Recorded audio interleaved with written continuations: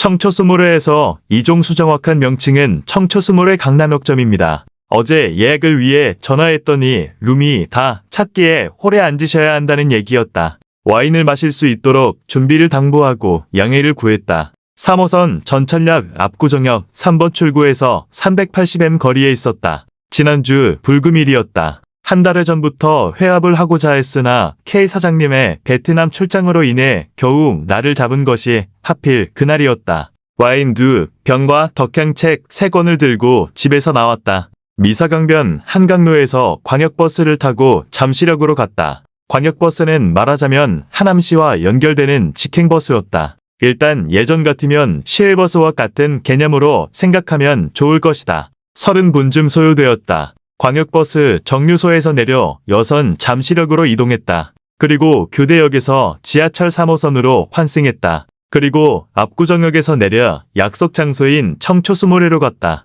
그렇게 압구정 역 근처의 맛집을 검색하던 중에 찾은 곳이었다. 블로그 등에 안내된 메뉴 등도 먹음직스럽게 멍게, 해삼, 전복 등 해산물이 싱싱해 보였다. 맨 먼저 도착할 것으로 알고 식당에 들어섰는데 이미 남 사장님이 오셨다.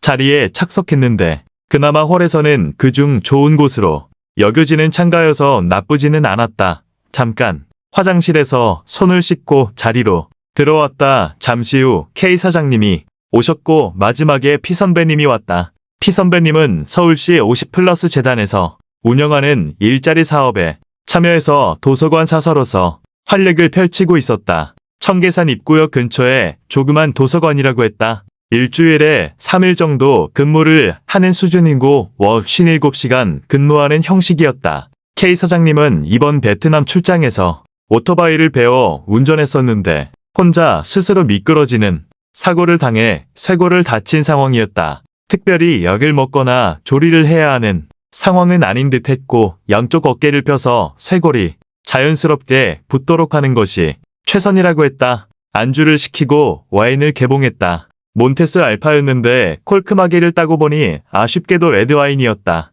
울며 겨자 먹기로 먹을 수밖에 없었다. 다른 것은 화이트 와인이었다. 얼음물을 준비해 주어 그것에 와인을 담궈 놓았다. N 사장님은 와인 대신 새로 나온 소주 세로를 시켰다. 김 사장님은 냉감티 3벌을 가져와 하나씩 선사했다. 청초스모레의 본점은 속초에 있었다. 본점이 용인, 강남 등의 산재에 있었다. 물회가 유명해 박 선배님은 속초의 원조집에 2번을 가보셨다고 했다. 김 사장님은 셋째 딸은 이제 교환학생을 마치고 영국으로 귀국한다고 했다. 1년간 고려대에서 생활하면서 우리나라 곳곳을 다녔고 동남아, 태국, 베트남 등지를 여행하기도 했다. 아예 태어나기를 영국에서 태어났기에 한국에 관해 전혀 생소했는데 이번 교환학생을 통해 조국에 대한 새로운 경험을 하게 된 셈이었다. N 사장님은 한 달 전쯤에 코로나19에 감염이 되어 자가격리를 했고 치료를 통해 코로나19를 경험하기도 했던 모양이었다. 지난 작년 6월 말쯤 강남의 한 음식점에서 이번과 같이 4사람이 만나 회합을 했었는데 K 사장님과 P 선배님이 코로나19에 감염이 되어 병치레를 한 경험이 있었다. 얼마 전에 데미안을 찾아서 이 아는 소설을 펴내서 작가로서의 입지를 굳혀가고 있었다. 그날의 동향이다. 나는 유튜브를 하기 위해 작업을 하고 있던 때 K 사장님의 카톡이 있었다. 카톡의 요지는 만나서 회합을 가질 수 있느냐는 의향타진이었다. 그제 입국했다는 소식이었다. K 사장님과의 전화통화를 해서 만남을 갖기로 했다. 일단 P 선배님께 약속의 유무를 확인했다. 장인어른과 산본의 한 병원을 찾았다는 얘기였다. 최종적으로 만남을 갖기로 했다고 5시 30분에 삼성역 횟집으로 정했다. 머리를 조발하느라 약속 시간보다 일찍 집에서 나왔다. 협동이발소에는 손님이 많았다. 길을 건너편에 나은 이발소에서 조발을 하고 버스 정류소로 나와 461번 버스에 올랐다. 여의도 장지 구간의 운행버스였다. 낙성대 입구정류소에서 내려 낙성대역에서 2호선 전철로 환승했다.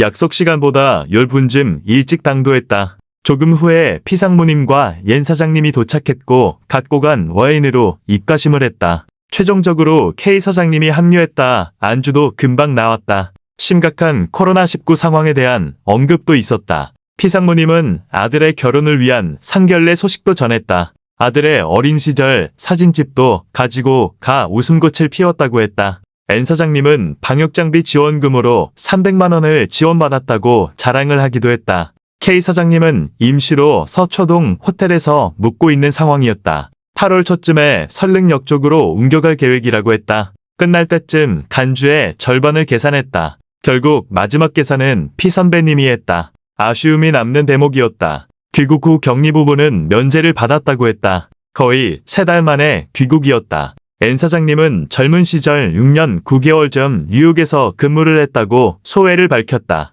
아이들이 어렵기에 우리말보다 먼저 영어를 익혔고 우리나라로 귀국해서 적응하는데 상당한 애로를 겪었다고 했다.